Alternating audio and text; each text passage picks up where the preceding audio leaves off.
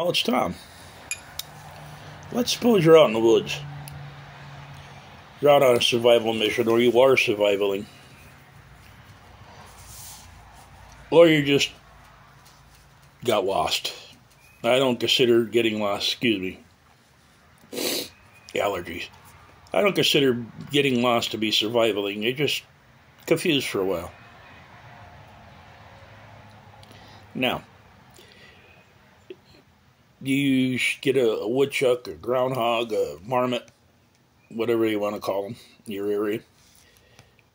You clean them up. I guarantee you, you're going to have to hone your knife a little.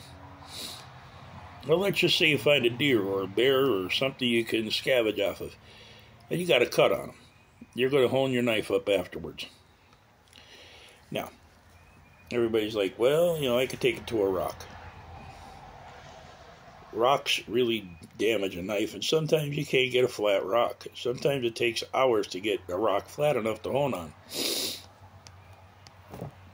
I can always use my sheath. Most knives come with Kydex sheaths. Can't hone a knife on Kydex that I know of. Now, we're going to use this little Josh Wade Hunter for example. Let's just say you're out in the woods. This happens. You've got a pocket knife, Swiss Army knife, whatever with you. Whatever it is, you have a secondary blade, even an axe will work. Hatchet. So you got a secondary blade.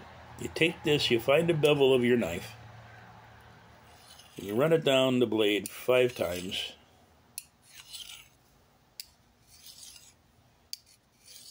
Five more times. Test the sharpness. Take your little thumbnail, if you can scrape stuff off your thumbnail, you're in good shape. Now, if you want to take it a little bit farther, flatten the knife out, get your bevel, and run it down the flat of the blade. Butchers years ago, who we all know keep razor sharp knives, had a fine steel and a rough steel. Rough steel is for getting the edge back, in case they ran across the bone or something and screwed their knife up. Fine steel was to put a razor sharp edge on a knife. Now, I just did that, you've seen that.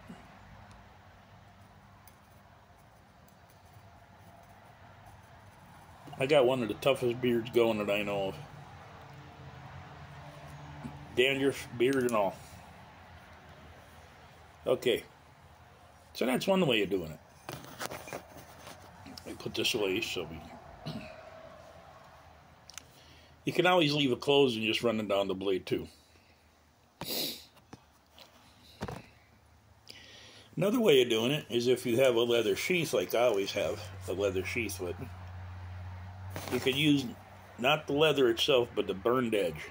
Burred edge. It's nice and hard and flat. And that'll hone your knife up for you. Don't need oil, don't need special compounds, unless you want to impregnate your leather sheath before, it happens and you need to use it.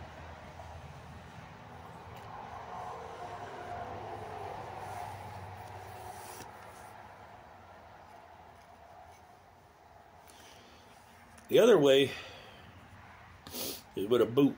If you have leather boots on with a high top, take your knife like this, down the boot, up the boot, down the boot, up the boot. Boot, boot, boot. Boot, boot, boot, sharpen knife, no. Anyway, that's another way of doing it. Another way of doing it is with this, and we all carry one of these, is a ferro rod. A ferro rod's made out of mesh metal. So it does have metal content, manganese, and magnesium. It's all mixed together. I don't know how they make them, but I know that's some of the contents. You take your ferro rod, find your bevel, run your knife up and down 5 times. Why do I say 5 times? Because that's a good test median for honing your knife. You can hone your knife 5 times, run a knife up and down 5 times then and check your honing. Now with me, I don't try shaving arms or anything. I just, if it'll easily shave my thumbnail, good enough for me. Or you could take your nail and hang it up like that and let the knife bite into it. Just let the weight of the knife on it. If it'll do that, it's fine. Go back to work. So if you carry a leather sheath, the leather boots, carry a pocket knife, we all carry fire steels with us. Now you have 4 different options of honing your knife in the bush. The last option, and it's to me it's actually a gratifying option, is to head down to the creek, find yourself a piece of nice green or tan sandstone, find another rock that's relatively flat, let them and start grinding. And within an hour or so, you'll have yourself a decent, stone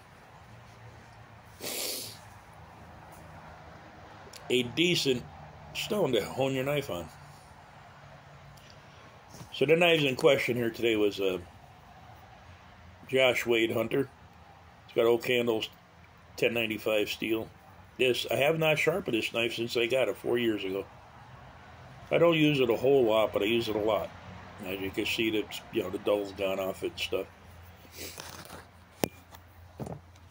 Steel Warrior by Frost Knives. This is another knife. I hone it up about every month, and I use it for everything in the house: cutting vegetables, boxes, envelopes, fruit. I eat a lot of fruit. The kind that grows on trees. And so that was that knife.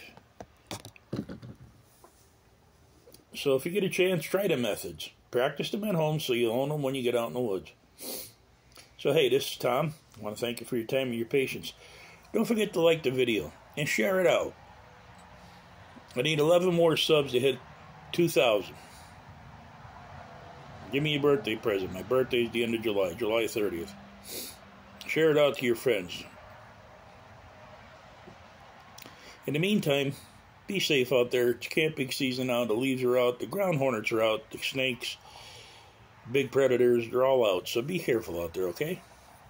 We'll see you guys on the next one.